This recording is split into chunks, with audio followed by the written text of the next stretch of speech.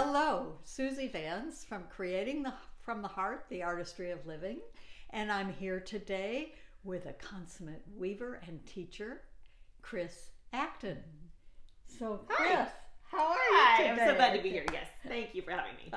It's great. Have you always been a weaver? No, no. I didn't start weaving until I was, well, let's see. I can't even do the math. 2005 is when I started weaving. So What drove you to weaving? you know what? I was in the corporate world, and I had a job that was fine. I like to clarify, it wasn't awful. It wasn't like it was killing my soul, nothing like that. But it also wasn't very fulfilling. It was the same job over and over again. And so I thought, I'm kind of in a funk. So I should take a class. I should learn something new. And I had always done crafty things. I was telling Suzy before we started that my grandmother's a home ec teacher, and my mom always grew up sewing. And so I was always around crafty stuff. And I always loved working with any kind of yarn. And at that point, I had tried knitting and crocheting. I had tried some other things, and they were lovely, but they just didn't really stick for me. And so my parents are both retired teachers. So when you get into a funk, you go learn a new skill, learn something new, take a class. So I found a beginning weaving class at TLD Design Center, which is in Westmont, Illinois. All right. Tammy Deck is the owner and teaches most of the things there. And Awesome. so I took a beginning weaving class with her, and it was me and one other student. There's just two of us. Two. Yeah, That's two. best, because then they pay attention to you and give you all their tips. Yes. And it was kind of love at first sight. I just kept thinking, this is for me. I can do this. I could do this all day long and never be bored, this is my thing. So I then took classes from her off and on for the next 3 years, really.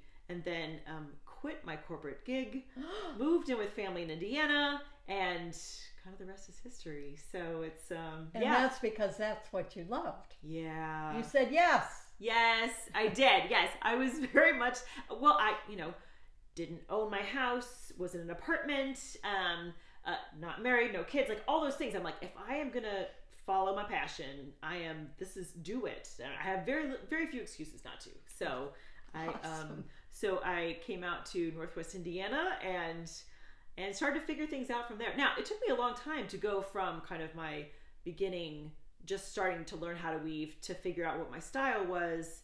And then even from there, once I kind of knew what kind of weaving I wanted to do, I did kind of the usual route, and I did art fairs and markets and all that kind of stuff. I did that for many years until one day I realized that, Not so much. Well, I wasn't making that much money, and I wasn't having any fun. I mean, I was like, this is a bad combination. It would be good if I was doing one or the other. If I loved it, I could work on making more money, or if I was making money, I wasn't doing either one. So I got it. So what it really boiled down to is that I really just wanted to teach. That was really what, for me, I found that weaving is such a big category. There's you and I are both part of the Dunlin Weavers Guild, and every single person has a very distinct style, very different. For every weaver you meet, they're going to be doing something slightly different. So, and that's the great thing when you join the Weavers Guild, you get to see all the dimensions of weaving. Oh, it's incredible, and it's always inspiring. So, for me though, what I learned is that there aren't a lot of weavers around, and I kind of felt like weaving is a big deal, and so I wanted to be kind of the one leading the charge to be like, more people should weave, and in order to do that, I needed to break it down to very simple parts so that everyone felt like, I can do this. She's a master. Oh, I don't know about that. She's a master. I have great enthusiasm for it. That is, you do. That's key. And then the other thing which is really true, is you know how to start a person. You know how to make it so simple that somebody will say, oh, I could do that. I could do that. That is my goal. Thank you. And I'm always so happy when it comes across that way. I think certainly for me, that is, I've really narrowed it down to the person I want to speak to. I want to speak to the person who says, hey, I inherited a loom from grandma and I don't know what to do with it. Or hi, I think I really want to try some weaving, but I don't know where to start. Like, that is my person. I want that real beginner who is just like, I'm kind of excited, but I don't know what to do next. Like, and I'm freaked out. I'm freaked out, exactly, yes. Because maybe they bought this very nice loom. They're like, I don't know what to do with it. Is it just going to be a dust collector? So yeah, that's really my person, is that your person is who you were. Person. Yeah, exactly, yes. Ding, ding, ding. That's exactly right. It's the person that I was, and some of the things that I think, like I said, my parents are both teachers, so I grew up having them, that it's natural then to kind of analyze, how do you explain things, how does it make sense? And so for me, that's part of the way my brain works, is always thinking, okay, how do I present this in small enough bites that you can follow it, but that it also encourages you to keep going, so that it feels like this is just one step along the whole path. So, and the funny thing is that my parents have always been like, don't be a teacher. Like, our whole lives, they've been like, teachers work long hours, they don't get paid jack. Don't be a teacher. And of course, sometimes it's just, written. It's already coming for you. It's in the genes. But you know what? I love it. That's what I've really learned through this whole kind of transition from focusing on retail to now focusing on education and resources. Is that it really makes me so happy when someone says, I never understood this until you explained it this way. I mean, or right. I mean, that really, that's really for me what brings me so much joy. And you know what I found, which has been really fun, is that I do a Facebook Live once a week, and I have this little community there that pops in. They're very loyal. They're wonderful, and they pop in and say hi, and so we've gotten to know each other. And because of the things they've asked for, I have done a lot of different projects that I wouldn't have done otherwise, because I'm trying to show a certain pattern or a technique or explain something. And that is really something that I didn't anticipate, how much that would affect how I am becoming. Yeah, exactly. How I'm becoming as a weaver is the idea that someone said, can you explain overshot a little better? Great, let's do an overshot project. And then I love the challenge of thinking through, how do I break this down so I can explain it to someone else? So they say, okay, I can do that. So that's, but there's so many things, even in I've been doing the Facebook Lives for about 1.5 years.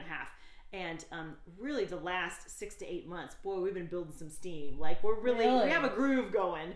And it's just so fun, because it kind of asks me to be open to what comes next. Like, I'm not planning things. I'm not so rigid in, okay, I have to do a set of towels next, and then I have to do fabric for handbags, and I have to do, it's not quite like that. It's really like, do you guys want to do, should I do a purple lace project, or should I do a blue shadow weave, or whatever. I mean, it's very nice, and I like that too, because I have kind of a serious spontaneous streak. Yeah. Even though as a weaver, we are wildly organized. Okay, if you haven't met a weaver yet, we are crazy organized. We are very methodical, very kind of step by step.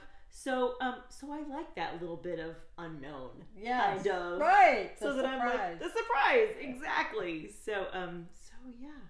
So that's. I love it. Yeah. Thank you. So tell me. Yes. You, first of all, how would they find you on Facebook Live if they were looking? Yeah.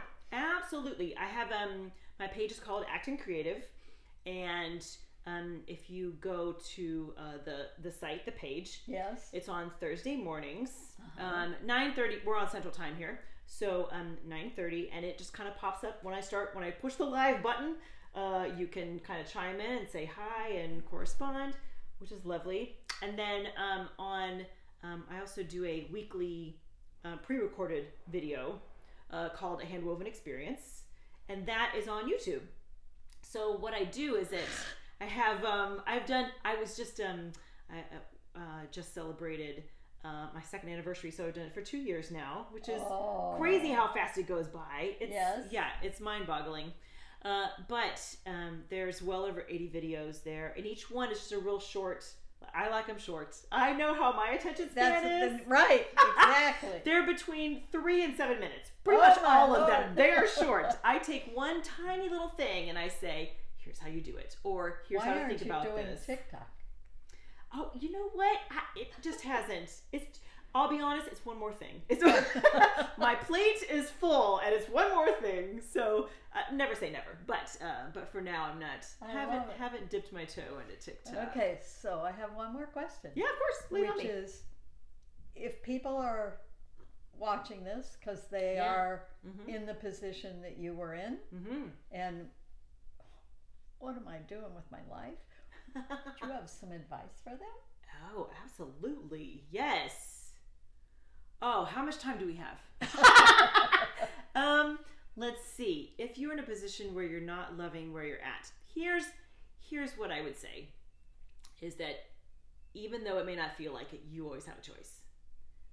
Even though it may feel like I have to work this job because I have to need the money. I have to have the money to support family, parents, to support myself, whatever it is.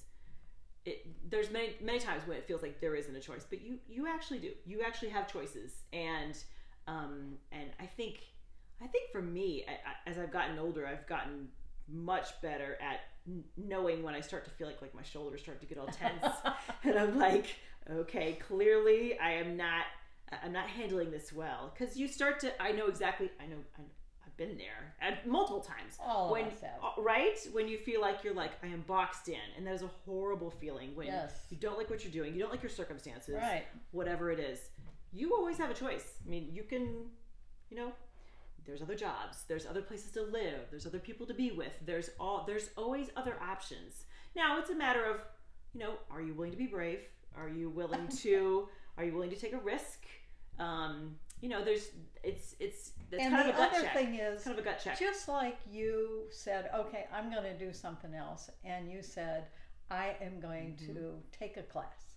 Yeah. So you take a class, and if you just open the door, crack, yes, just a crack, you have no idea what's on the other side of the door. You never know. It's so true. And I love that. You just have to do it. Yeah, absolutely. And I find, weirdly enough, one of the kind of tips I can offer is do something creative.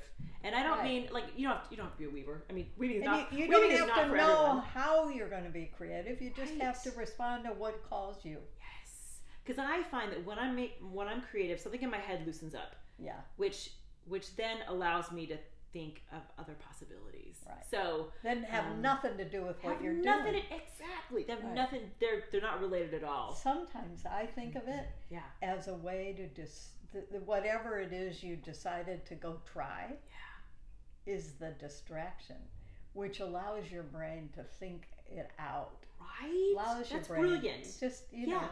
So go get distracted. Go get distracted. That's the line for this episode. Go get distracted, people.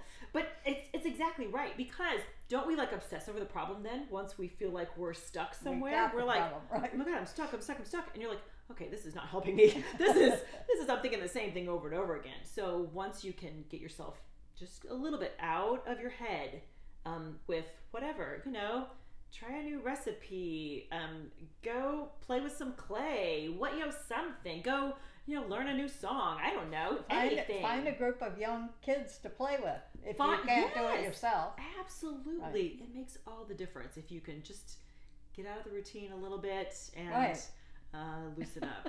Yeah, I think it's so true. Here we are today with my good friend Chris Acton. Don't forget to look for her, Acton Creative, on Facebook. Yes. And go check her out on YouTube. Okay. Thanks for coming. See you next time. Thank Bye. you.